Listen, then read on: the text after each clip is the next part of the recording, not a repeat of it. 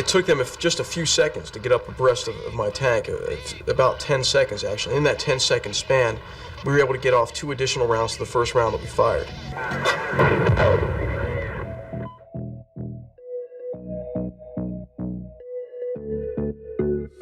Hi, I'm Bill Whalen. I'm a Hoover Institution Distinguished Policy Fellow, and I'd like to welcome you back to GoodFellows, a Hoover Institution broadcast devoted to social, economic, political, and geopolitical concerns.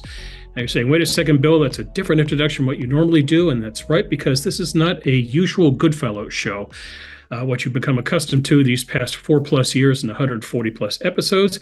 Today, what we're doing is what we call a mini GoodFellows. Just one of our panelists instead of our usual troika of Hoover Senior Fellows. And today that honor goes to Lieutenant General H.R. McMaster, former presidential national security advisor, geostrategist and historian, the host of Hoover's Battleground series of interviews with world leaders, and last but certainly not least, the Hoover Institution's Fouad Ajami Senior Fellow. H.R. is also the author of the forthcoming book, At War with Ourselves, My Tour of Duty in the White House. You can't read it until late August, but you can pre-order it right now on Amazon. Please do so after you watch this show. HR, thanks for being with us today. And as this is a mini GoodFellows, feel free to channel your fellow bald brothers, Mini-Me or Dr. Evil. All right. Hey, it's great to be with you, Bill. I tell you, I miss John and Neil, though. I'm kind of sad without them.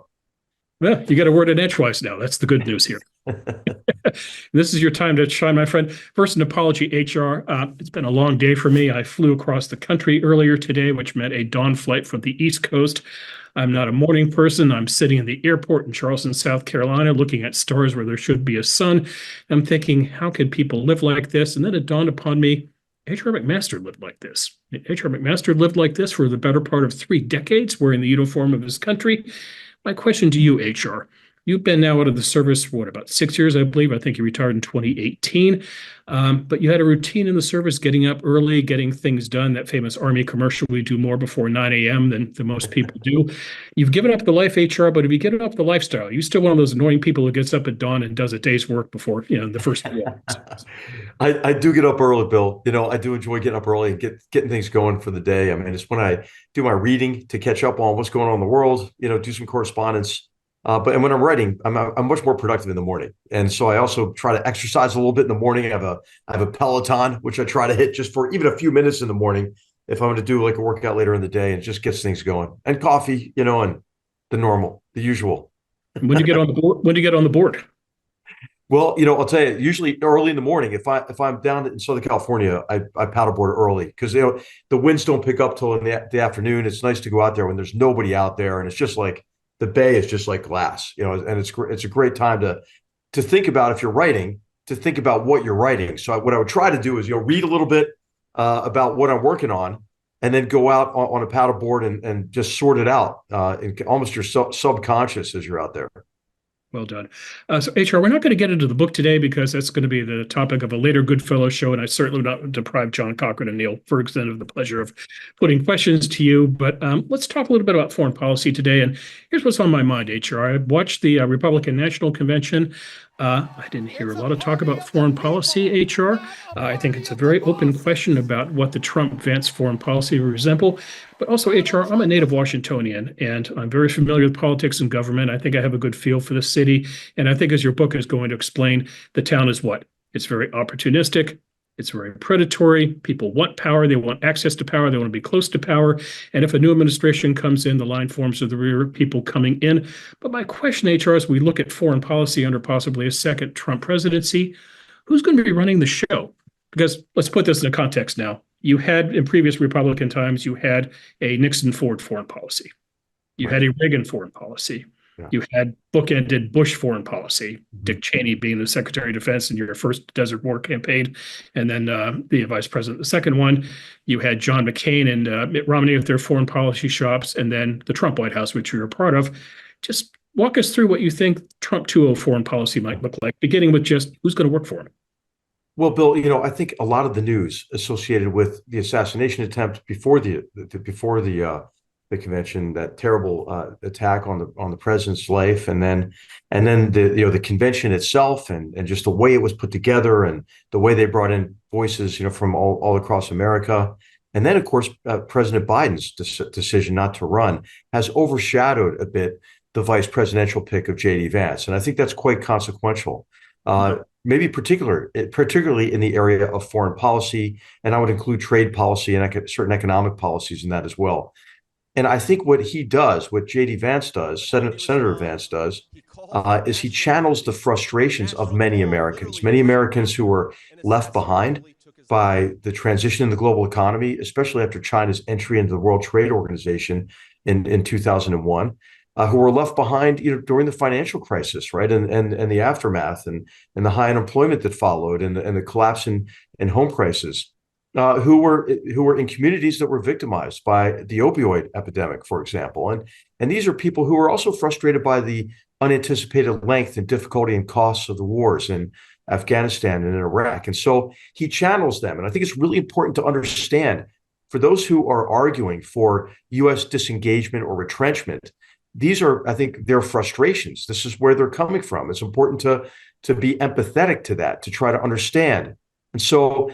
I hope that what J.D. Vance will do is recognize, as I think we all should, but maybe talk to the American people this way, about how problems that develop abroad, challenges to our security that develop abroad, can only be dealt with at an exorbitant cost once they reach our shores.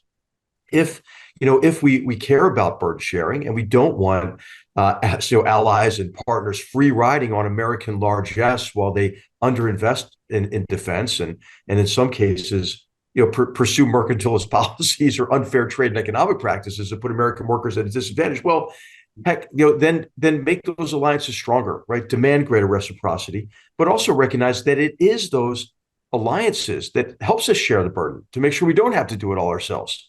And of course, I think the point to make to Americans is that really strength is what prevents wars. And this goes back to obviously the ancient Greek quotations, but really, George Washington, who said the most effectual way of preserving peace is to be ready for war. And of course, it's much cheaper to prevent a war than to have to fight it. So I think maybe, even though he's been cast as an isolationist, I think that's too harsh of a term. I think a Vice President Vance might be the perfect person to explain to the American people what is at stake for them abroad, why these challenges and opportunities abroad really relate to their security and prosperity at home. I mean, we're in a very dangerous time, Bill. We can talk more about that. But I think that, I hope anyway, that J.D. Vance, who's been, I think, very good at channeling and tapping into and understanding the frustrations of many Americans who were left behind in the 2000s and the 2010s. What is at stake in foreign policy? Mm-hmm. HR, do you think that nationalism and a healthy, aggressive foreign policy can coexist, or does the one necessarily mean that you have to have a retreatist foreign policy? Yeah, I think they can coexist, right? I think you should be skeptical, right, about sustained American engagements abroad, but also recognize, again, the lesson of 9/11. It's a real lesson that if the terrorists are given a safe haven and support base, and the freedom, to plan, prepare, fund, train for mass murder attacks, that they will do it, and they will become a much greater threat. This was the case of Al Qaeda, that after President Bill Clinton fired a few cruise missiles at them and called it a day, were able to organize the mass murder attacks of 9/11. This is really what happened with ISIS. Remember, President Obama said, he wanted to just get out of Iraq. Vice President Biden at the time in December 2010 calls up President Obama to thank him for allowing him to, quote, end this goddamn war. Well, wars don't end when one side disengages. And just a few years later, you had ISIS in control of territory the size of Great Britain. Of course, they had a devastating, horrible, effect on so many Iraqis and Syrians and Yazidis, but they conducted over 95, almost 100 attacks externally. I mean, they shot down an airliner. They attacked in Brussels, in Marseille, and in Paris. They inspired an attack in California in San Bernardino. So I think it's easy to make the case, but you need somebody, president or vice president, to communicate to the American people, hey, what is at stake? And what is a strategy that will secure a favorable outcome, American security, and prosperity at a sustainable and acceptable cost and risk. And I think that American political leaders have been lacking in their ability to communicate those two things to the American people. What is at stake and what is the strategy? Right. HR, if we assume that Trump is the favorite now to win the election, a narrow favorite, I would not bet any money on it. A lot of things can change between now and November. But if we assume that now it's Trump's race to win, put yourself in the minds of Putin and Zelensky. Tell me what they're thinking right now. And then after that, let's go to the other hot theater, the Middle East, and put your mindset into Israel and Iran. So let's start with Putin and Zelensky. So I think President Putin thinks that he can strike a deal with President Trump that is favorable to him, that helps him maybe escape some of the profound negative consequences and the devastating effects, get beyond the devastating effects of his horrible decision to conduct a massive reinvasion of Ukraine in February of 2022. I don't think he would get it from President Trump, but he thinks that maybe he can appeal to this Trump instinct for a big deal, with the foreign, the Project 2025 people and the America First Policy Institute have put out, some of these ideas of threatening to withhold aid from Ukraine or threatening Putin, with intensified aid. I mean, that kind of cuts against the nature of war itself, right? In war, each side tries to outdo the other. And it's not clear. I mean, actually, it's quite clear that Putin is not going to quit. So there is no deal really until the Ukrainians are able to impose costs on the Russians beyond those that they are willing to continue to suffer. And that the reality changes on the battlefield. That's when you can get, I think, an enduring political resolution to the conflict, and not before. So I think President Trump may, a future President Trump may have to learn that the hard way, but I think he'll learn that nonetheless, and hopefully have people who are advising him about what Putin really wants to achieve. And Putin's been quite clear about that himself, and in the essay that he penned in August of 2001, for example, or in that long format interview he did with the gullible Tucker Carlson. So I think. I think it's all out there. The president hopefully will be well advised in that area. And then for Zelensky, he's worried, and I think what we've seen are a couple of statements recently about thanking President Biden, thanking now what seems who will be the Democratic nominee Kamala Harris. Mm-hmm. And I think what he should do is he should be thanking Donald Trump, right? Because Donald Trump would respond to that gratitude. But it's important to recognize that when President Trump considered all the facts, when he looked at the pattern of Russian aggression, he realized that sending Ukraine first aid kits was not going to deter Putin. So he authorized the first provision of defensive capabilities, Javelin missiles, most prominent among those capabilities in 2017. So I think President Zelensky should try to appeal to the President Trump who made that decision, who recognized that, hey, Putin doesn't need his security concerns allayed, right? Putin actually finds the perception of weakness provocative and attempts to allay his security concerns the way that President Biden did, right? By meeting with him in Geneva, laying out his so-called red lines, which for Putin meant everything else was a green light. Pulling out, our vessels from the Black Sea, suspending lethal aid to the Ukrainians, listing everything we wouldn't do in the case of a Russian invasion, and then withdrawing our advisors and withdrawing our embassy and scuttling our embassy and offering Zelensky a ride out of the country. I mean, really? So I think, somebody who has President Trump's ear should say, hey, look, this is how Biden handled it.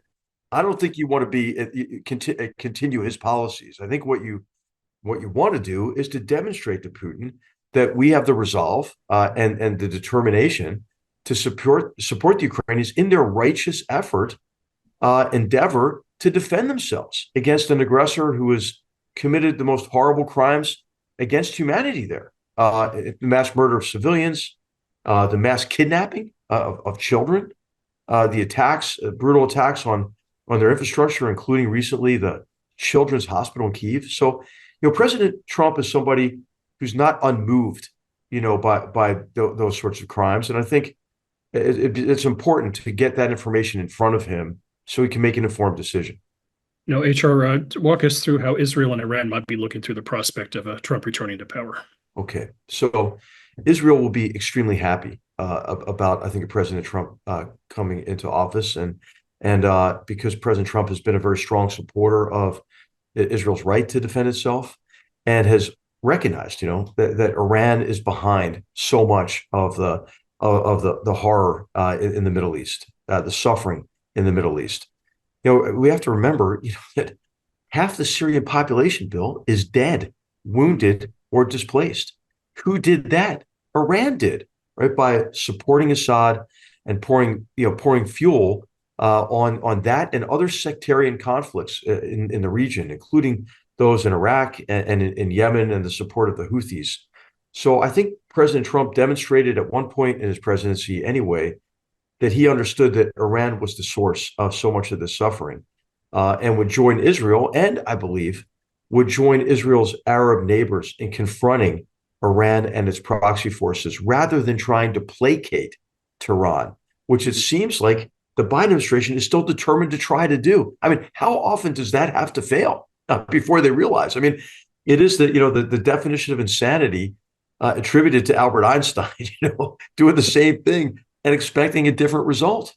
And so this is a war in the Middle East that's going to go on for quite some time, but I think it will go on longer if we don't act like we know what the return address is. I believe that President Trump knows what the return address is. And so Iran, I think Israel and Iran, Israel will welcome it. Iran would view a Trump administration with trepidation, which is why apparently they ordered his assassination, which, that's a mistake, right? I mean, Iran is actually, I believe, Bill, profoundly weak. And they only appear strong because we allow them to do so with our talk of escalation management.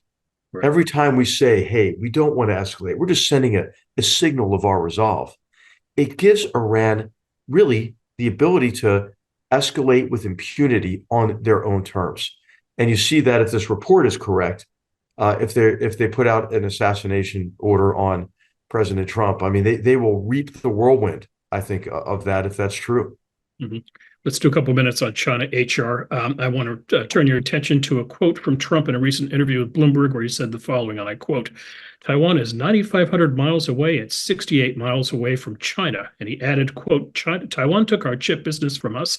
I mean, how stupid are we? They took all our chip business. They're immensely wealthy. I don't think that we're any different from an insurance policy. Why? Why are we doing this?"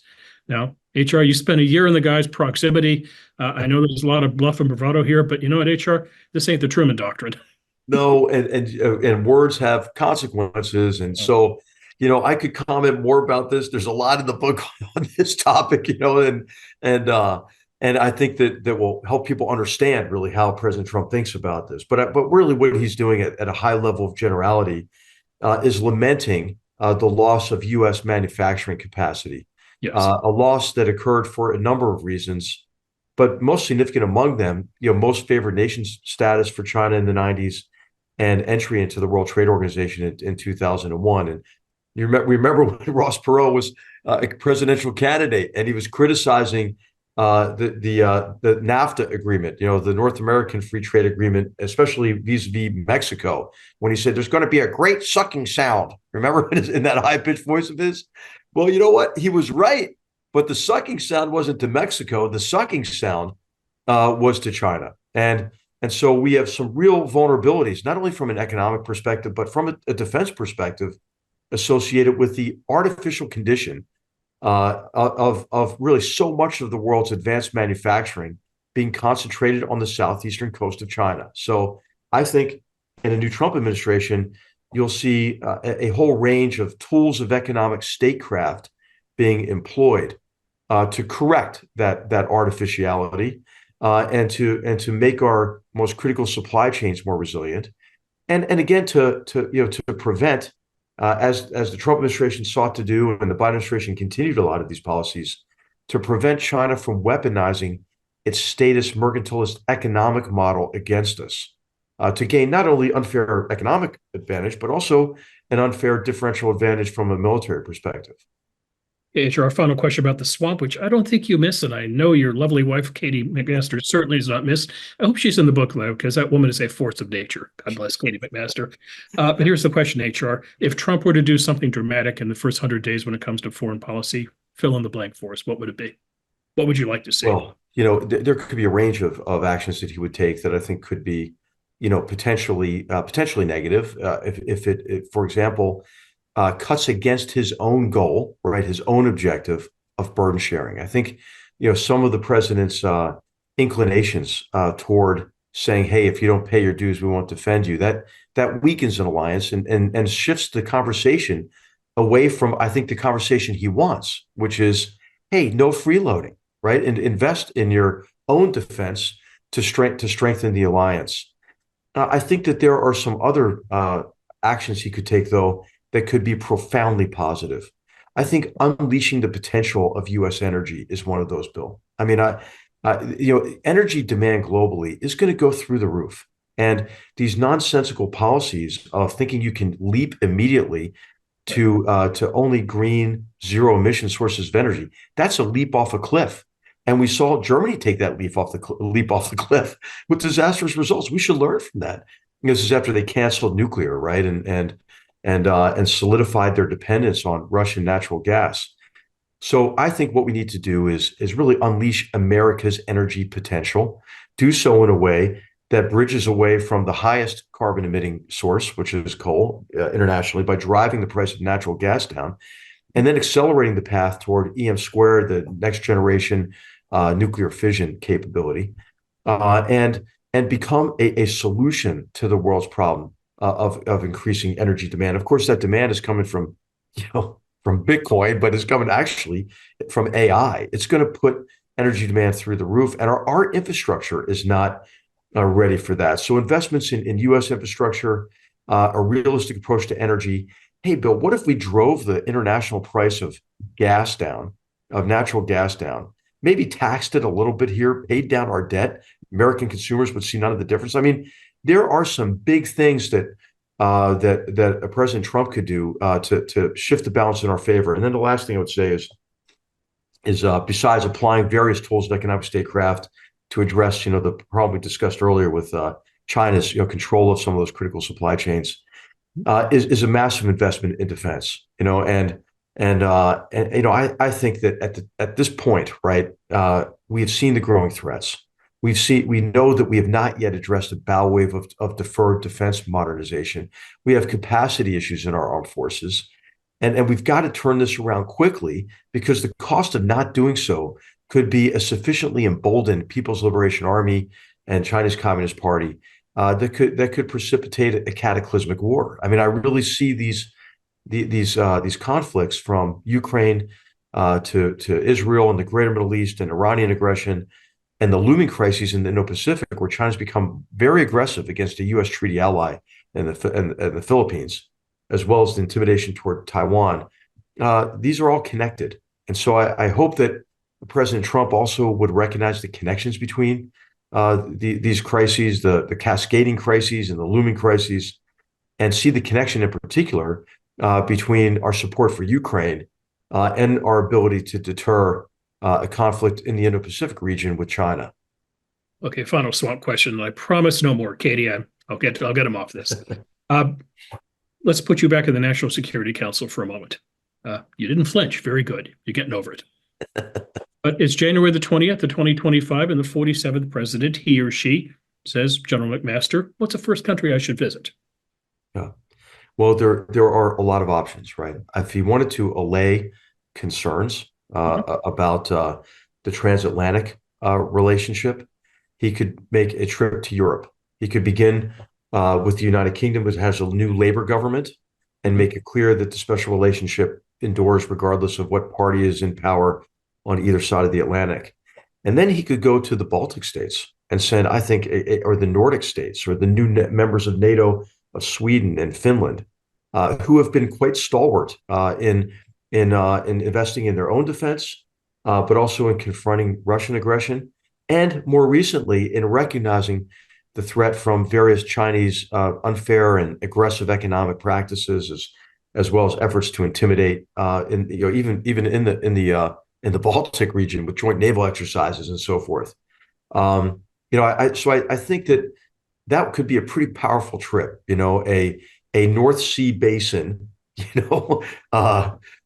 trip, and then he also could make some important comments about the West and the contrast Right. between freedom and democracy and Russia's authoritarian system and China's authoritarian system, and do so on a frontier that was a frontier of freedom all through the Cold War, and the United States never abandoned the Baltic states after the Soviet Union subsumed them. So he would get a hero's welcome in those places, and I think rightfully so, and that could allay a lot of concerns. The other obvious choice is Indo-Pacific. I think Yes. Japan. I mean, his relationship with Prime Minister Abe was fantastic. Really took our bilateral relationship with Japan to the next level. And there's a different government in South Korea now than the Moon government that he dealt with. President Yoon is quite strong. I think would be generally aligned with President Trump if he gets over, what he sees as unfair Korean trade and economic practices, and that could allay a lot of concerns as well, right? There are concerns that Kim Jong-un thinks he's going to get a deal with Donald Trump, and it's a deal that could leave the South Koreans out in the cold. So, I mean, those are two that he could make. Then, the last one I would say is he could go to Israel, which would be extremely powerful given the current circumstances, and then immediately go to some of our Arab partners in the region to really get beyond what I think were some of the unwise policies of the Biden administration and the Gulf state deep skepticism about American reliability as a result. And what I'm talking about here is the determination of the Biden administration to supplicate, I don't know how else to say it, to the Iranians, and to think that they could that they could somehow convince the Iranians to reduce their support for these proxy forces that have the entire Middle East on fire. Let's shift topics, HR, and let's talk a little bit about war, specifically the modern look of warfare. I saw a report recently in Military Times, which quoted retired Army General Mark Milley. He's the 20th chair of the Joint Chiefs of Staff. And General Milley said the following, quote, 10, 15 years from now, my guess is a third, maybe 25% to a third of the U.S. military will be robotic and will be, and this is land, sea, and air capabilities, and they'll be largely commanded and controlled and driven by AI-enabled systems. Now, HR, maybe the future is already underway in Ukraine, where that country now has a fourth branch of the military. They call it the Unmanned Systems Forces. We've seen the Ukrainians use robotic technology in terms of deploying drones, in terms of doing logistical tasks like mine sweeping and mine laying and so forth. But here's the question, HR. What is ultimately the balance between robotics and technology versus manpower? You're a tanker. Can artificial intelligence, can robots do a better job of driving a tank than H.R. McMaster? Yeah. Well, I think what you need, Bill, is like all of the above. And what I've seen as I've studied military history is that new forms of warfare don't replace the old ones. They're often grafted on top of them. And Right. and new capabilities sometimes evolve the character of war, but don't really change the nature of war. And it's continuities in the nature of war that act as a brake on how much of differential advantage can be accrued by a certain technological innovation. For example, the use of drones or unmanned systems. So I think what you'll need is a combination of both. I mean, drones right now seem to be increasingly important to the outcomes of battles and the outcomes of campaigns.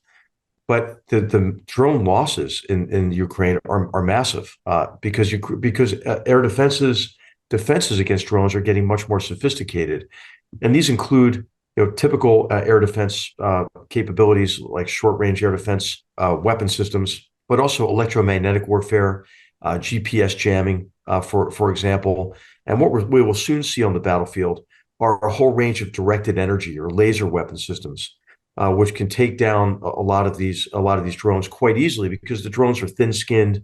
You don't have to track them with directed energy for a short period of time. And then what you'll see are drones developing countermeasures to those countermeasures. I think Right. what you'll see are drones that have computing power at the edge for target identification and classification.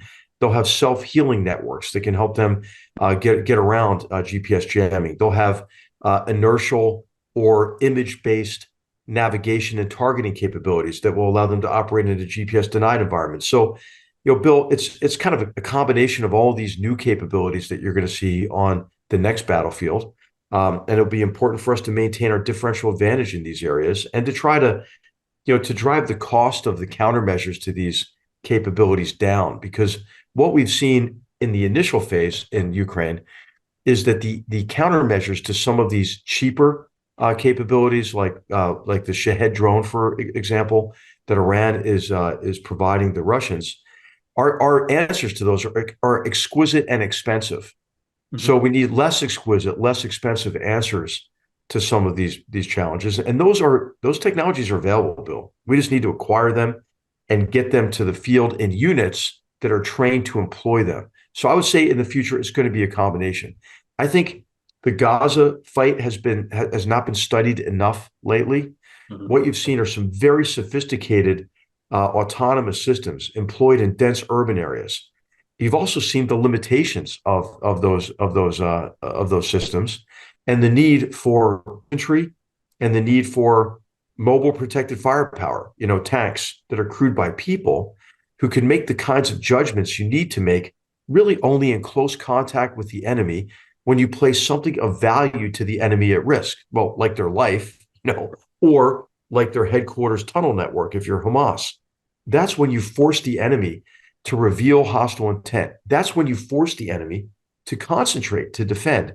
And then you can make them vulnerable as well to some of your strike capabilities, including drones. So you guys, I've said this before, battle, warfare is rock, paper, scissors, and you need all three of them. If you show up with a rock and your enemy has paper, you better have some scissors or you're not going to win. So you have to have a range of these capabilities.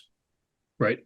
So let's go back to Battle of 73 Easting. Could artificial intelligence, could a robot, a very well-designed, very intelligent robot, smarter than me certainly, could that robot do what you did?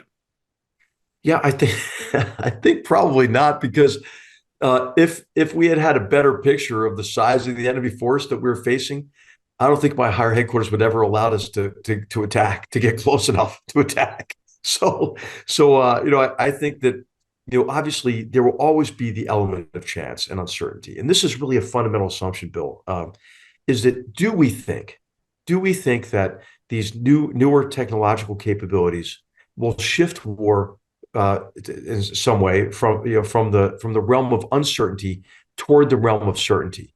Or do we believe that these new technological capabilities will actually make war more uncertain because of the ubiquity of these kinds of systems on both sides of the battlefield or among multiple parties to a conflict, because of the countermeasures that are available to them? Because if they're reliant on artificial intelligence technologies, big data analytical tools, for example, certain algorithms that can help you with target classification and identification.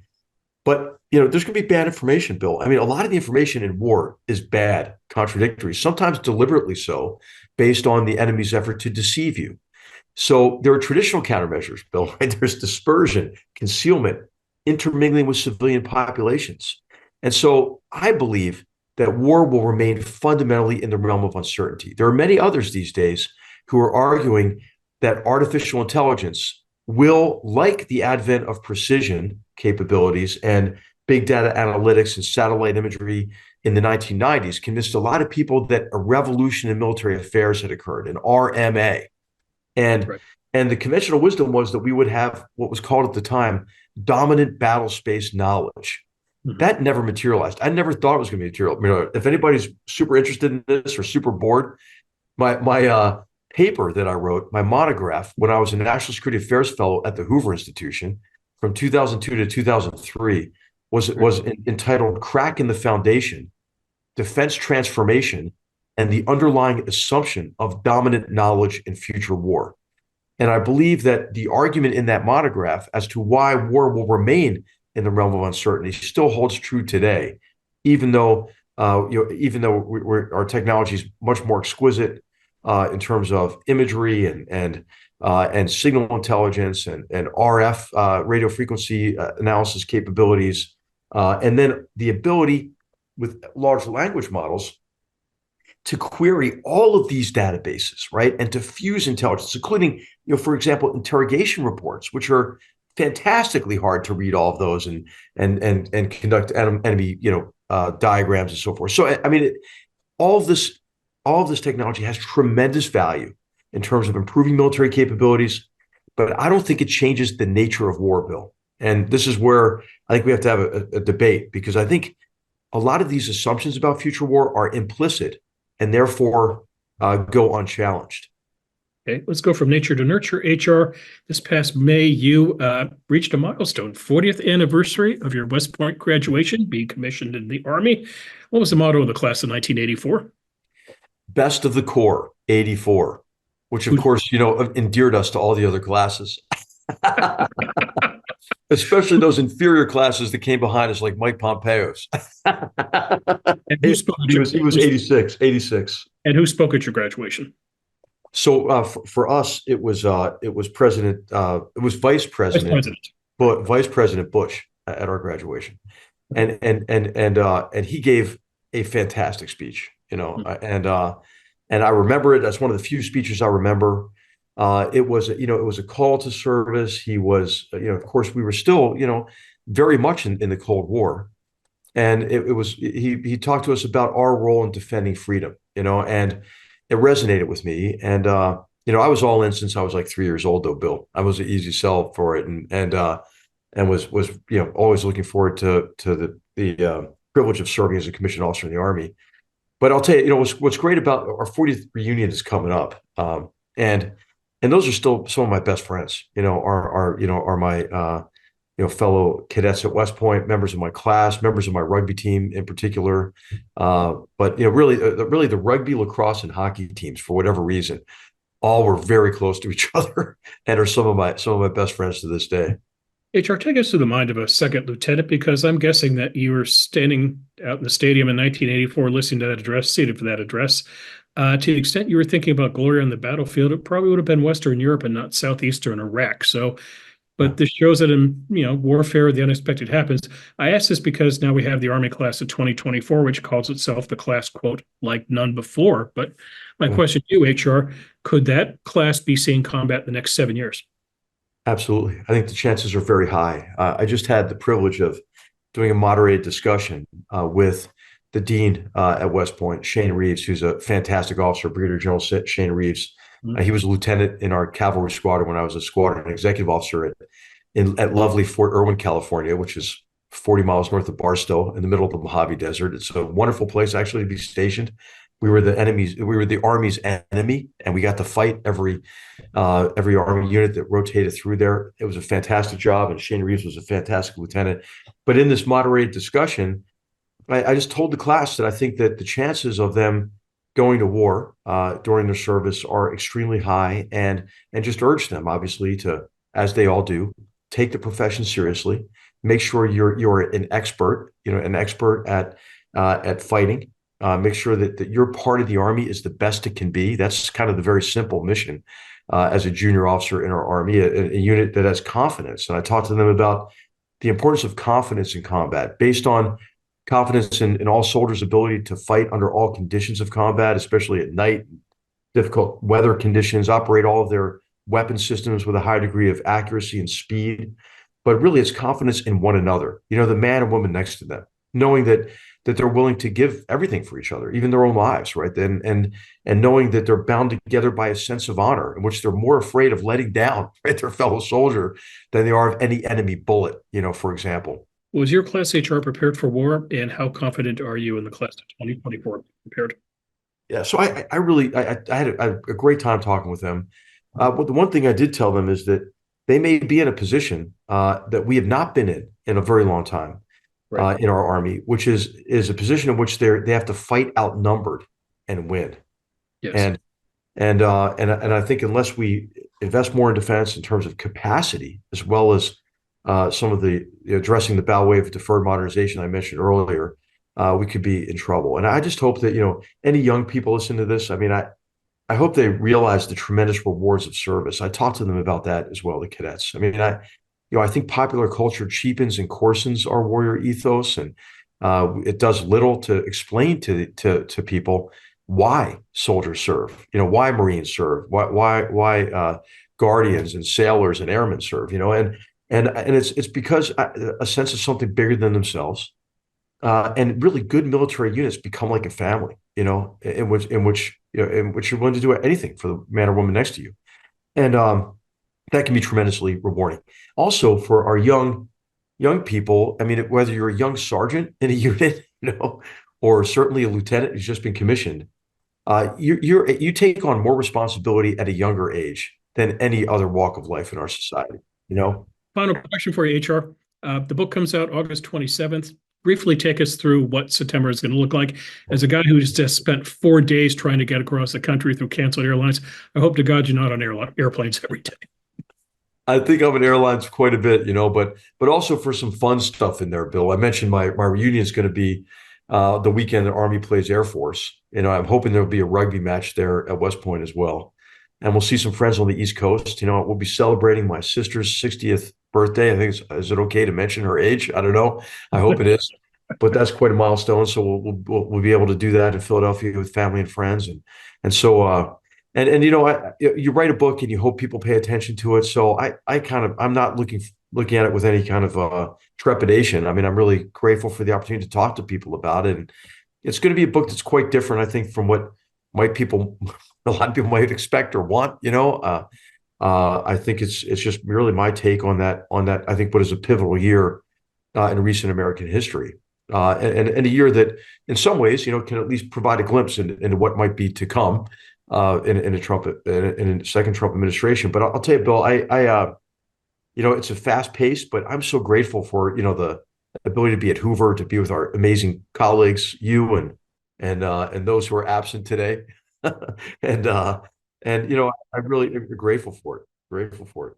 All right. The book's title again is At War with Ourselves, My Tour of Duty in the White House. It comes out on August 27th, but that does not stop you, should not stop you from pre-ordering it now on Amazon. HR, I hope you enjoyed the mini, and we'll be doing the same with John Cochran and Neil Ferguson in the near future. So thanks for joining us today, my friend. Take care and get some rest up before a very busy book tour, it sounds like. Hey, thanks so much, Bill. So great to be with you. Thanks. So on behalf of my colleague, H.R. McMaster, all of us here at the Hoover Institution, we hope you enjoyed this mini version of GoodFellows. If you enjoy our show, don't shy away from subscribing and do a little fun with the algorithm if you could. We're not shy about self-promotion, if you will. And send us your questions. We always want to hear what's on your mind, and you guys always ask thoughtful questions, so send them in, and we'll try to put more questions to future shows. You do that by going to our website, which is hoover.org/askgoodfellows. Once again, on behalf of H.R. McMaster, all of us here at Hoover, we hope you enjoyed the show, and we'll see you soon. Till then, take care. Thanks for watching.